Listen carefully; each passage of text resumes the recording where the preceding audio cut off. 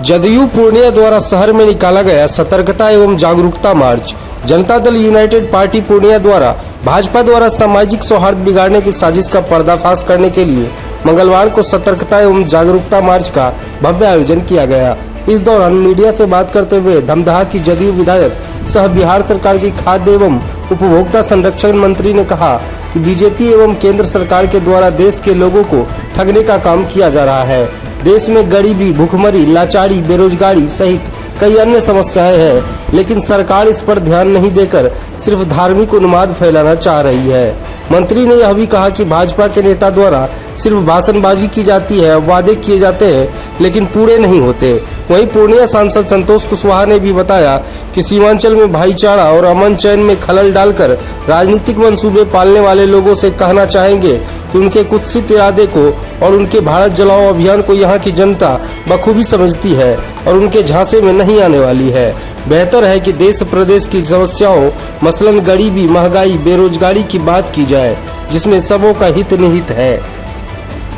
में भाषण दिया था एयरपोर्ट को लेकर, कहा था एयरपोर्ट के मुद्दे पर बताइए। देखिए, अमित शाह जी मैं तो पहले भी कहा हूँ, अमित शाह जी को इस पे तो या तो स्थानीय स्तर पे उनको जानकारी लेके वक्तव्य देना चाहिए या सिविल एविएशन मिनिस्ट्री से अपनी बात करके वक्तव्य देना चाहिए।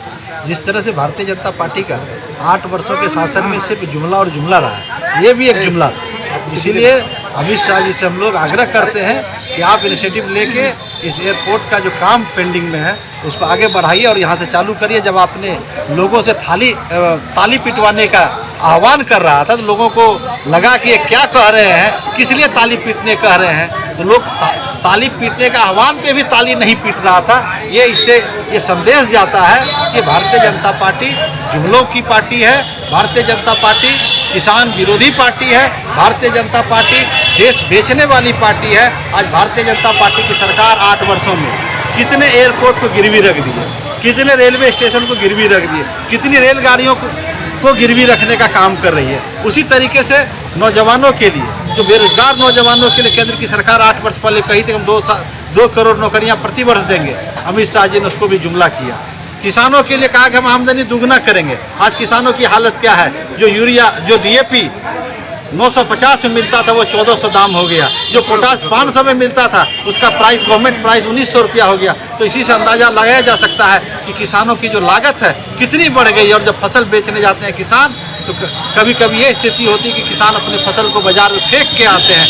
यही है जुमलेबाजों की सरकार, केंद्र की सरकार से हम आह्वान करते हैं कि जुमलेबाजी आप बंद करिए, किसानों के हित में काम करिए, नौजवानों के हित में काम करिए, देश के हित में काम करिए।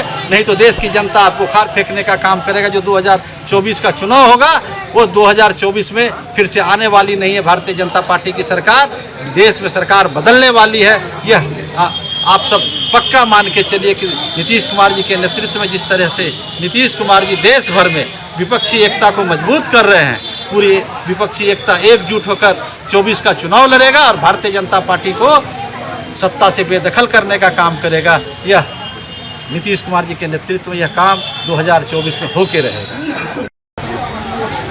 किस तरह की रैली थी ये? आज पार्टी के द्वारा आयोजित पूरे राज्य में जिला मुख्यालय स्तर पर, प्रखंड स्तर पर जागरूकता सतर्कता मार्च निकाला गया है। उसी में हम सब लोग पार्टी के साथी शामिल हुए हैं। जिस तरह से देश में हालात है, देश में बेरोजगारी, गरीबी, भूखमरी, लाचारी जिस तरह से फैली हुई है, जो केंद्र की सरकार है सिर्फ धार्मिक उन्माद फैलाकर लोगों को वोट का ध्रुवीकरण करने का काम कर रहे हैं, समाज में तनाव पैदा करना चाहते हैं, विकास से लोगों को भटकाना चाहते हैं। इस दिशा में हमारे माननीय मुख्यमंत्री, हमारे पार्टी के सर्वमान्य नेता ने बीड़ा उठाया है। देश में जो हालात है, जो अराजकता है, उसको देखते हुए पूरे देश में जो विपक्ष के सभी पार्टी है उनको एकजुट करने का काम कर रहे हैं। जिस तरह से जो केंद्र में बैठी हुई सरकार है उन लोगों का सिर्फ नारा, वादा लोगों के बीच रह गया है, भाषण रह गया है और विकास के नाम पर जीरो है।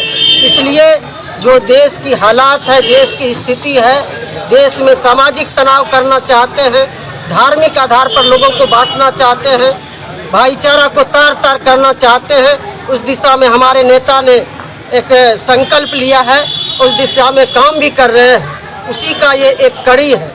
जिस तरह से पिछले दिनों भारतीय जनता पार्टी के कई नेता इस जिला में भी कार्यक्रम हुआ, किस तरह से उन लोगों का रवैया रहा, पूरे राज्य के लोग यहाँ पर आए, क्या प्रचार कर रहे थे, आप सब लोग भली भांति। तो अब जिस तरह से अभी किसान बेहाल हैं, खाद की कमी है, ये केंद्र सरकार को नहीं दिखती, लेकिन आपस में सिर्फ बांटने का काम कर रहे हैं। आने वाले 2024 का जो चुनाव है उसमें इस बार दिख जाएगा कि जो उन लोगों ने देश की जनता के साथ ठगा है, धोखा दिया है, उसका करारी जवाब मिल जाएगा और सत्ता से बेदखल करने का भी काम होगा। तो आज हम लोगों का यही है, लोगों से अपील करना चाहेंगे कि भारतीय जनता पार्टी के नेताओं और उनके लोगों के झांसे में नहीं आना है। जो हमारा बिहार में सांप्रदायिक सौहार्द है, जो आपसी भाईचारा है, इसको जो तोड़ने का प्रयास किया जा रहा है वोट के लिए, इसको हम सब लोग सतर्कता के आधार पर जन जागरूकता फैलाकर इसको एकजुट रखने का काम करेंगे। यही आज मुख्य मकसद है पार्टी का। उसके पार्टी का जो दिशा निर्देश था, हम सब लोग उसमें शामिल हुए।